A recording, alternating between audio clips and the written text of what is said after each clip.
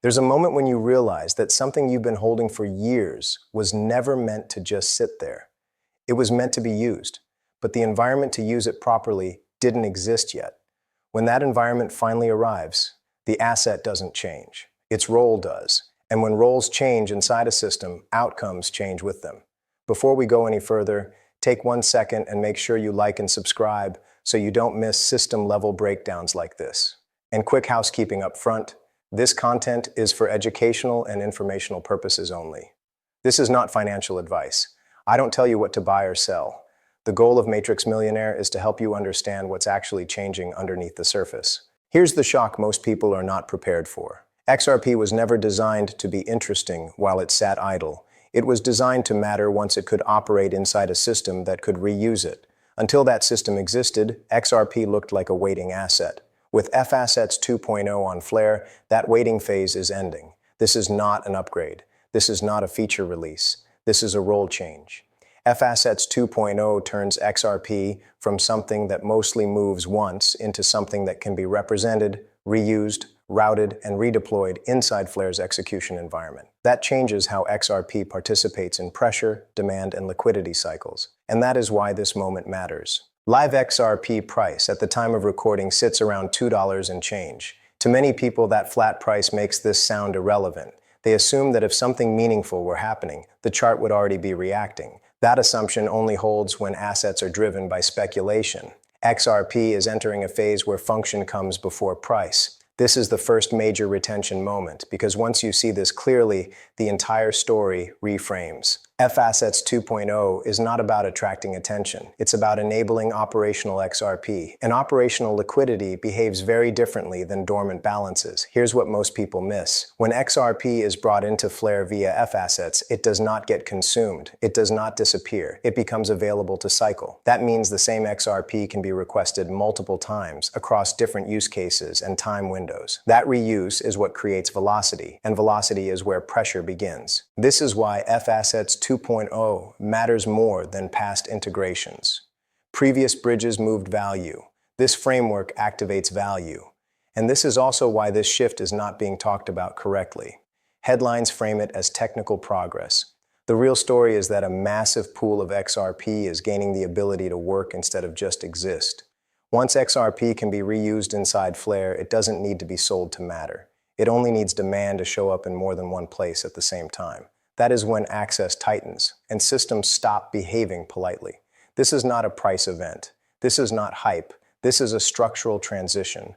And structural transitions always look quiet right before they matter. To understand why F-Assets 2.0 is such a fundamental shift, you have to understand what changes when XRP stops being treated as a one-time transfer asset and starts being treated as reusable system liquidity.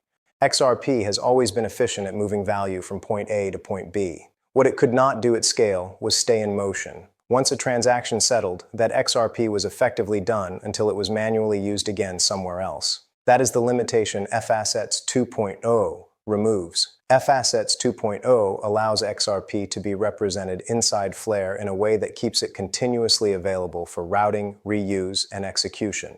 The XRP is not consumed. It is not destroyed. It is locked, mirrored, and made operational. That distinction is critical because systems do not care about ownership. They care about availability at the moment of demand. This is where most people misinterpret what is happening. When XRP enters Flare through F-Assets, it is not entering a speculative environment. It is entering an execution environment. That means demand does not show up as buying pressure first. It shows up as usage pressure. Usage pressure builds quietly because it is distributed across time, applications, and participants. This is also where the elastic market behavior comes into play. XRP does not price linearly when it is reused. The same unit can be requested multiple times in short succession. As long as those requests are staggered, the system absorbs them smoothly. When they begin to overlap, access tightens at the margin. That is the moment repricing begins. Not when the first XRP moves on to Flare, but when reuse demand becomes synchronized. Another key element here is fragmentation. XRP liquidity does not sit in one place. It exists across wallets, bridges, protocols, and execution paths. F-Assets 2.0 increases the number of places XRP can be needed at once. That increases the probability of contention without requiring massive new capital inflows. This is why price can remain calm during early activation. Systems test capacity before they stress it. F-Assets 2.0 is that testing phase. Routing happens. Reuse happens. Nothing breaks yet. Charts stay quiet. This is where most people conclude nothing important is happening. In reality, this is when the pressure profile is changing. The inflow multiplier effect does not require new buyers to appear immediately. It requires that available XRP becomes insufficient at the point of use. F-Assets 2.0 increases the number of use points dramatically. That is what makes this mechanism asymmetric. The mistake most people make is waiting for price to validate function. In system transitions, function always precedes price. By the time price reacts, the mechanism has already been running long enough to matter. What matters here is not that XRP can now do more things. What matters is that it can now be needed in more places at the same time. That is how pressure forms in reusable liquidity systems. And that pressure does not announce itself. This is the phase where psychology breaks before mechanics do. Most people are conditioned to believe that important developments announce themselves through price.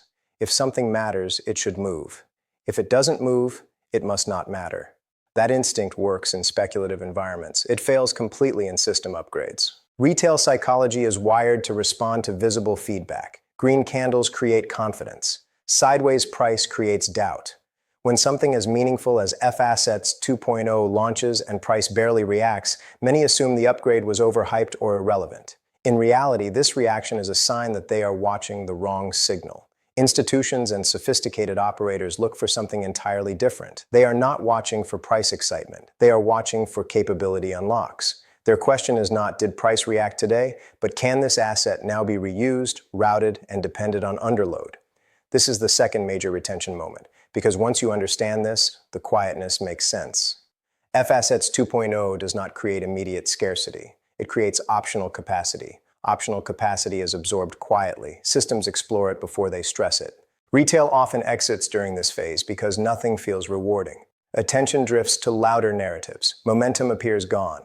Institutions remain because this is when risk is lowest and positioning is cleanest. When a system gains a new capability, the first phase is always testing, not competition.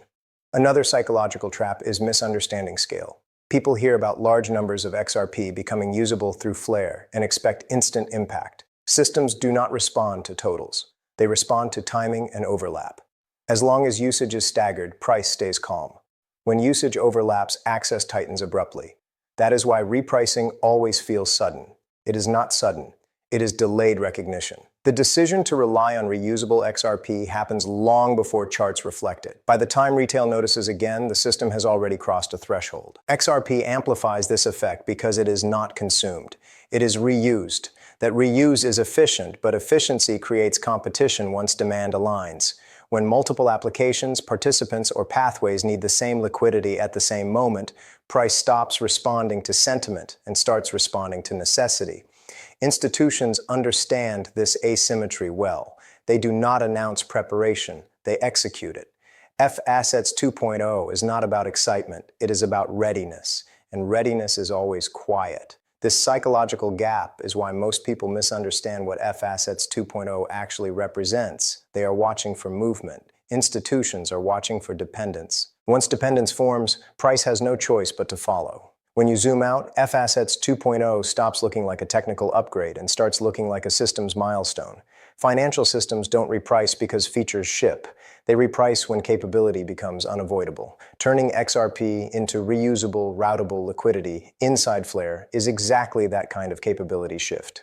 What matters here is not novelty, it's dependence. Once XRP can be mirrored, reused, and routed through Flare at scale, it moves from occasionally transferred to continuously required. Systems absorb that quietly at first. They test routes, they reuse liquidity, they build capacity. Nothing looks dramatic until demand overlaps and access tightens. That's when behavior changes. Price stops reflecting opinion and starts rationing usage. Not because anyone wants it to, but because the system needs balance. This is why F-Assets 2.0 won't announce itself with fireworks. It will announce itself when multiple paths need the same liquidity at the same time. Most narratives miss this because they watch charts instead of capability. Capability precedes dependence. dependence precedes repricing. By the time it's obvious, the system is already adapted. So if you believe in truth over noise, if you see where the world is heading before the crowd wakes up, make sure you like and subscribe right now to never miss crucial information.